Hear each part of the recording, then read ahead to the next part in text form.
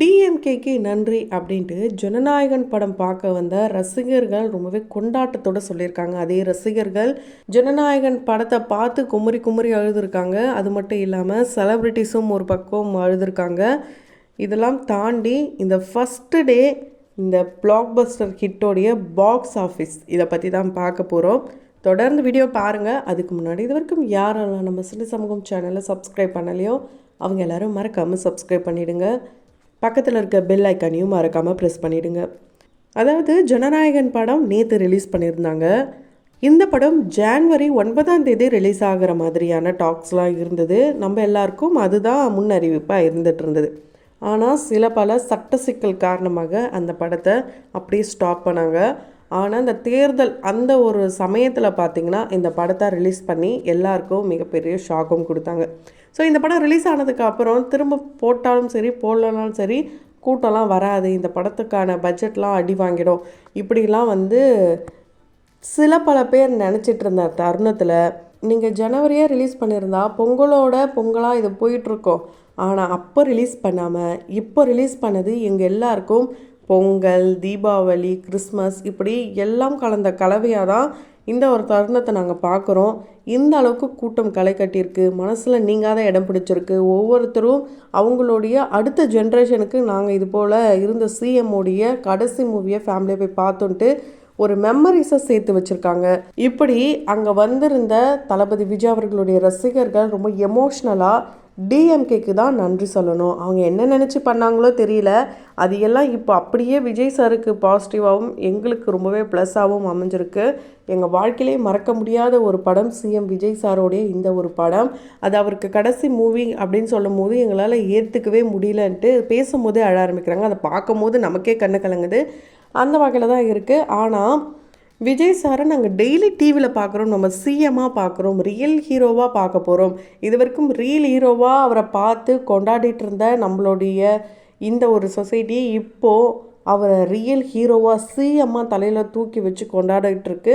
கண்டிப்பாக அவர் மக்களுக்கு நல்லது செய்வார். இந்த படத்தில் சொன்ன மாதிரி உமன் எம்பவர்மெண்ட்டாக இருக்கட்டும், மக்களுக்கான ஒரு ஆட்சி தான் நடக்கணும், தவறுகள் இங்கே நடந்தாலும் அதை தட்டி கேட்க வருவான்ற மாதிரி ரியல் லைஃப்பில் சிஎம் விஜய் அவர்கள் வந்ததை நினச்சி ரொம்பவே சந்தோஷமாக இருக்குன்ட்டு ரொம்ப சூப்பரான ரிவ்யூஸ்லாம் பார்க்க முடியுது மக்கள்கிட்ட இருந்து. அதே மக்கள் என்ன சொல்கிறாங்கன்னா, உண்மையான ஜனநாயக ஆட்சியே நடந்துகிட்ருக்கு சிஎம் விஜய் சாரால் அப்படின்லாம் சொல்லியிருக்காங்க. ஸோ இதெல்லாம் படத்தில் தான் பார்த்துருக்கோம். பல வருஷத்துக்கு அப்புறமா இப்போ திரும்பவும் நடந்திருக்கான்.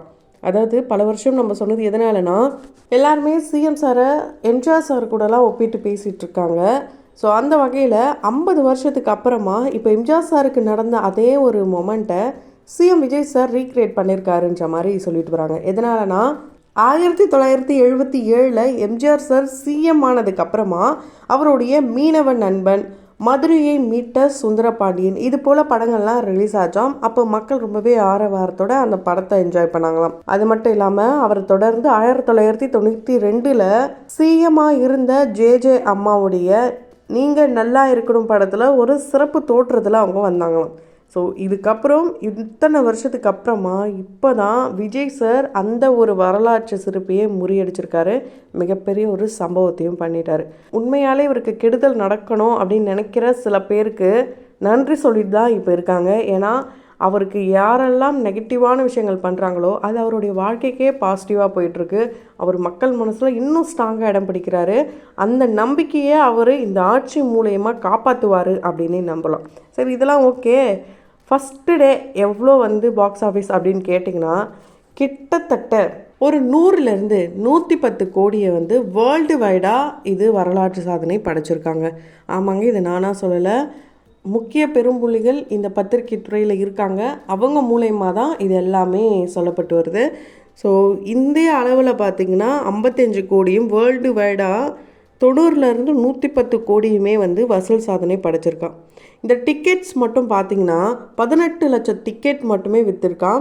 அதை தாண்டி அவங்க எல்லாருமே ஃபோனில் பார்த்துருந்தாங்க அப்படின்னா கூட, நாங்கள் விஜய் சாரோடைய கடைசி படத்தை தேட்டரில் பார்த்து என்ஜாய் பண்ணோம், நாங்கள் ஒரு மெமரிஸை அண்டு வரலாற்றை க்ரியேட் பண்ணணும் அப்படின்னு நினச்சி அவ்வளோ டிக்கெட்ஸ் ப்ரீ புக்கிங் ஆகிருக்கு. எல்லாம் சேர்த்து இவ்வளோ லட்சம் டிக்கெட் விற்றுருக்காங்களாம். அதுவும் பார்த்திங்கன்னா ஒரே நாள் மட்டும்தான் நம்ம பேசுகிறது. இந்த படத்துடைய பட்ஜெட் மொத்தம் 400 கோடியாம். அதில் ஒரே நாளில் இத்தனை கோடி வந்து வாங்கிட்டாங்க. கருப்பு படம் தான் இது வரைக்கும் தமிழ்நாட்டில் 200 கோடியை வசூல் சாதனை படைச்சிருக்காம் இந்த ஆண்டில். ஸோ இந்த படத்தோடைய சாதனையை நம்ம தளபதி விஜய் அவர்கள் முறியடிச்சிருவார் ஜனநாயகம் படம் மூலயமா அப்படின்லாம் கூட சொல்லப்பட்டு வருது. அதில் சந்தேகமே வேணாம். ஏன்னா முதல் நாளே பார்த்திங்கன்னா கிட்டத்தட்ட 55 கோடி தமிழ்நாட்டில் மட்டுமே வசூல் சாதனை படைச்சிருக்கு. இன்னும் சில நாட்களே மட்டுமே இருக்குது 200 கோடியை பீட் பண்ணுறதுக்கு. கண்டிப்பாக இது பீட் பண்ணிடும் அப்படின்ட்டு பல பேர் இன்னும் உற்சாகத்தில் இருக்காங்க. நிறைய பிரபலங்கள் வந்து ரொம்ப எமோஷ்னலாக பேசியிருந்தாங்க. ஒரு பக்கம் வந்து நீங்கள் சினிமாவை பாருங்கள் அண்ட் இதில் சொன்ன மெசேஜை வாழ்க்கையில் அப்ளை பண்ணுங்கள். இதே மாதிரி தான் அவருடைய ஆட்சியும் நடக்குது. கண்டிப்பாக நம்ம எல்லாருமே நல்ல ஒரு ஆட்சியில் தான் இருக்கோம் நம்புங்கன்ட்டு நிறைய செலிப்ரிட்டிஸ் சொல்லியிருந்தாங்க. இதெல்லாம் வச்சு பார்க்கும்போது எல்லாரும் ஒன்று கூடி விஜய் சாருக்கு தான் ஓட்டு போட்டிருக்காங்கன்னு மட்டும் ரொம்ப நல்லா தெரியுது. ஏன்னா அப்போது டிஎம்கே ஆட்சியில் தான் எல்லார் நடிகர்களும் இருந்தாங்க. அவங்களுடைய ஆட்சி எப்படி இருந்ததுன்னு அவங்களுக்கும் தெரிஞ்சிருக்கு போல இருக்குது. அண்டு இந்த ஒரு ஓட்டிங் இப்படி மாறினதுக்கு முக்கிய காரணம் இந்த படம் அப்படின்னு கூட சொல்லலாம். ஆனால் ஒரு மைனஸ் என்னென்னா இவர் வந்து கம்மியான ஓட்ஸ் வாங்கி வின் பண்ணிட்டாரு. இன்னும் இந்த படம் ரிலீஸ் ஆனதுக்கப்புறம் வந்து ஓட்லாம் போட்டிருந்தாங்கன்னா மக்கள் எல்லாருமே சேர்ந்து விஜய் சாருக்கு டிவி கேக்கு தான் போட்டிருப்பாங்க. அப்போ இன்னும் அதிகமான ஓட்டு வாங்கி விஜய் சார் வின் பண்ணி இருந்திருப்பார். அதனால தான் அப்போ இருந்த முன்னாள் ஆட்சி வந்து இந்த படத்துக்கு இவ்வளோ தடைகள்லாம் விதிச்சிருந்தாங்க போல இருக்குது. இது போலலாம் பல மக்களும் வந்து கருத்துக்களை பதிவு பண்ணிகிட்ருக்காங்க. இன்னும் ஒரு சிலர்லாம் டைட்டில் கார்டுக்காகவே போயிருக்காங்க.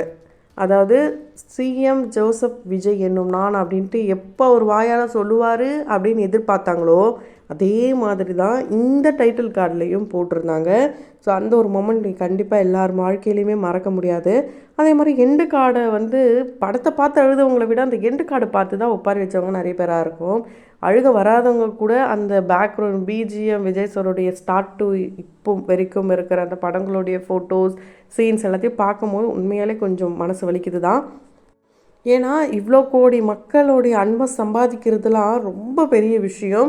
மக்களும் முட்டாள் கிடையாது. நிறைய பேர் சொல்கிறாங்க இவங்களாம் என்ன இவ்வளோ பைத்தியமாக இருக்காங்க அப்படின்லாம் சொல்கிறாங்க. மக்கள் ஒன்றும் முட்டாள் கிடையாது.